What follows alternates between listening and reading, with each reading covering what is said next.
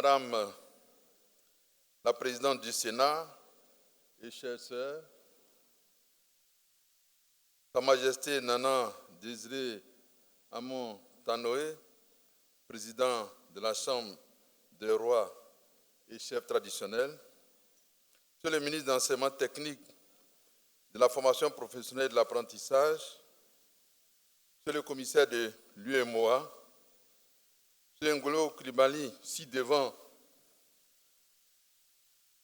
président de la haute autorité de la bonne gouvernance, Mesdames et Messieurs les ambassadeurs, Monsieur le chef de cabinet de son Excellence, Monsieur le Président de la République, Madame la directrice générale de la GFOP, chers amis jeunes, je vous salue avec beaucoup de respect.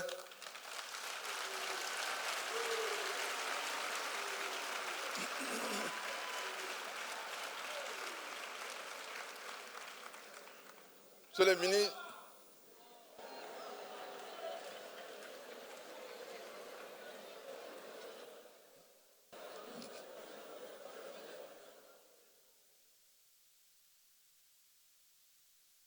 j'ai tenu à venir ce matin dans cette belle assemblée et je vais vous dire pourquoi j'ai tenu à venir ce matin. Tout d'abord, je voudrais remercier les autorités des collectivités territoriales qui, au quotidien, renforcent leur proximité avec la jeunesse ivoirienne en leur offrant des opportunités d'emploi et d'activité. Je voudrais remercier aussi les chefs d'entreprise qui, par leur professionnalisme et leur dynamisme, contribuent à offrir des plateformes d'emploi à la jeunesse ivoirienne. Je voudrais enfin remercier les étudiants qui sont venus en grand nombre. Je voudrais qu'on les acclame très fort.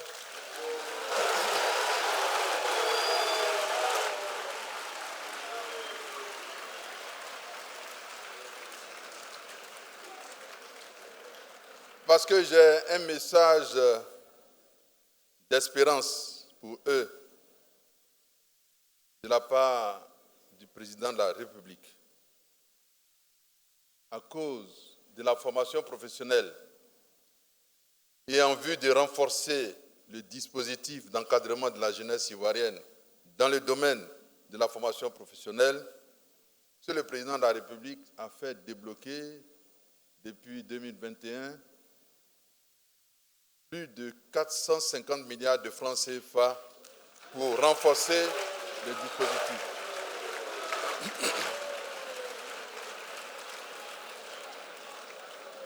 Alors, je voudrais vous rassurer. Je suis venu ce matin parce que moi-même, je suis un pur produit de l'enseignement technique.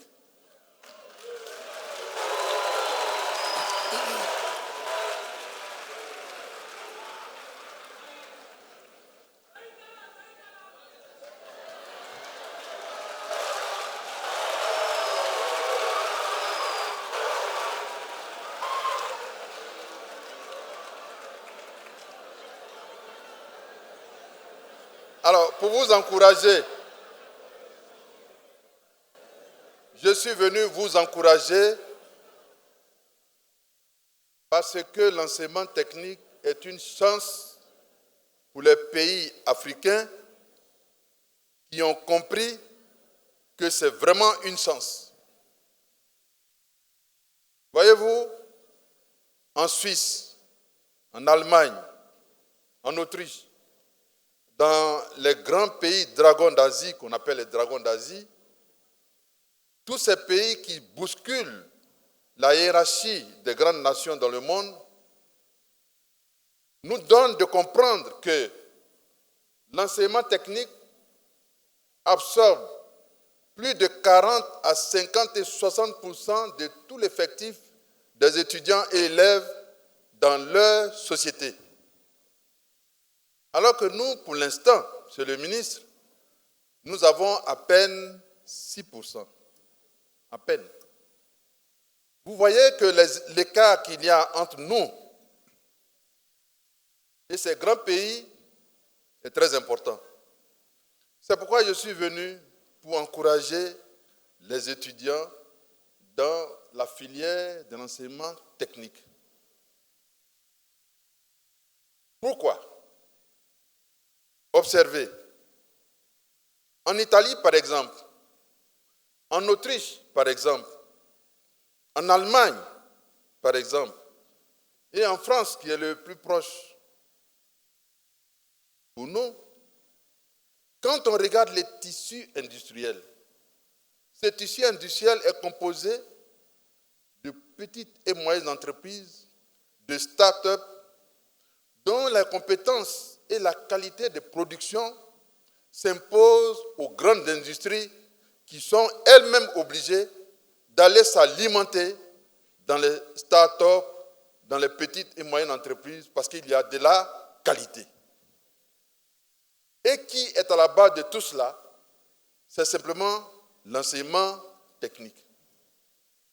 Cela veut dire que l'enseignement technique est le terreau où germe l'avenir de nos nations. Il faut prendre donc l'enseignement technique avec beaucoup de sérieux. Je vais vous donner un exemple. Moi, je suis un produit de l'enseignement technique. Quand nous étions au lycée technique pour passer le bac mathématiques et techniques, sur 42 heures de cours de la semaine, nous avions 41 heures de cours. C'est-à-dire qu'on n'avait pas de répit. On n'avait pas de répit. Et ce qui est extraordinaire dans l'enseignement technique, c'est que si vous ne prenez pas au sérieux les mathématiques, la physique et la chimie, vous êtes gâtés. Parce que dans les laboratoires, vous n'allez pas tricher, les résultats vont vous donner tort immédiatement. Dans les usines, dans les ateliers où on utilisait les fraiseuses, les tours et les perceuses et tout cela, si vous n'avez pas une compréhension de la mathématique, il est impossible pour vous de fabriquer une pièce qu'on peut utiliser dans les machineries ordinaires. Cela veut dire que l'enseignement technique offre une opportunité de comprendre que les mathématiques sont une réalité de tous les jours. Parce que la formulation de la mathématique conduit à la fabrication de certaines machines, de certaines pièces dont vous avez la réalité immédiatement. Ça ne triche pas. Par conséquent, l'enseignement technique est le plus beau mariage entre la pensée et l'action. On peut applaudir l'enseignement technique.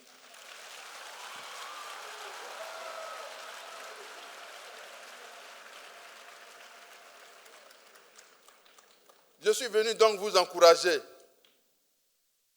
Parce que le président de la République nous a donné la chance d'être avec vous ce matin.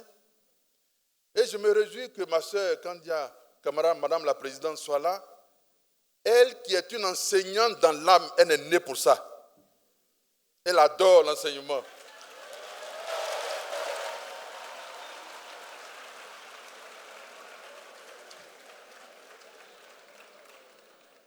Elle a marié l'enseignement avec son caractère de maman. Elle prend les élèves pour ses enfants.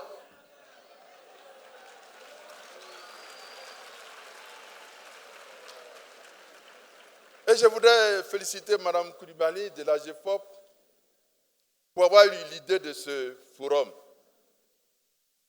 Parce que nous avons un gros problème actuellement dans notre système éducatif en Afrique. C'est un problème de communication et un problème de compréhension. Communication parce que les parents ne savent pas à quoi est destiné l'enseignement technique. Donc les parents sont le premier frein en enseignement technique.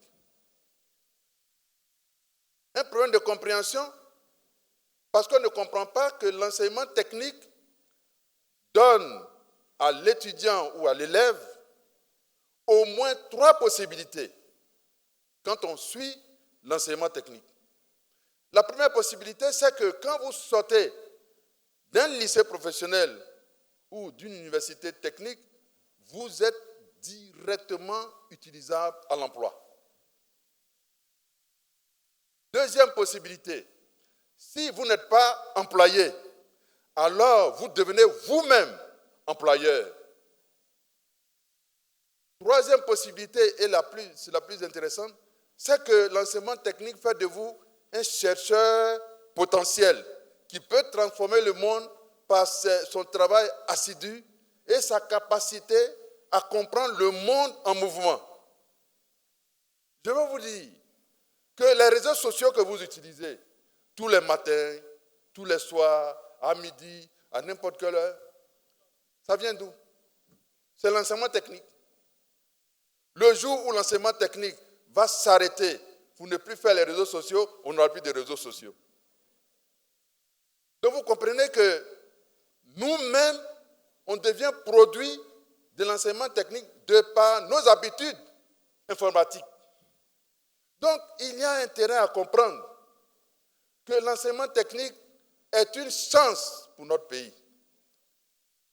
C'est d'autant plus une chance que le président a choisi l'un de ses meilleurs cadres, M. Kofi Nguessan, pour qui j'ai beaucoup d'admiration parce que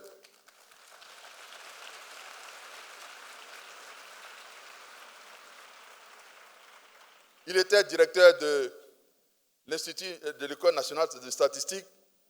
En ce moment, moi, j'étais au bureau d'études de génie civil et on se voyait souvent et on échangeait souvent les idées sur la qualité de la formation des ingénieurs. Il a formé les meilleurs statisticiens en Afrique et la Côte d'Ivoire peut se targuer d'avoir les meilleurs statisticiens en Afrique. Et quand il a eu la chance d'aller à l'Institut Polytechnique, c'était alors la totale, puisque c'était mon ancienne école, on était ensemble constamment. Et il sait ce que je pense de l'enseignement technique. Alors je suis venu vous encourager, chers amis. Prenez au sérieux la formation dispensée dans les établissements d'enseignement technique. Vous ne perdrez rien et vous aurez la capacité de devenir philosophe après si vous voulez, de faire ce que vous voulez, devenir tout est possible. Mais il faut prendre très au sérieux ces matériaux de base que vous offre l'enseignement technique. L'avenir est ici. Dès à présent, il faut le saisir parce que c'est là ce que le président désire pour sa jeunesse, pour la jeunesse ivoirienne. Je suis donc venu vous encourager et vous dire que l'avenir est entre votre main. Il faut accepter simplement de travailler. Le travail ne ment pas. Le travail rend le produit que vous allez chercher à l'intérieur de vous-même pour vous offrir cela à vous-même et pour vous offrir à la société. Donc, par le travail, vous vous offrez à vous-même et vous vous offrez à la société. Que Dieu bénisse ce forum que je déclare ouvert. Au nom du président de la République, je vous remercie.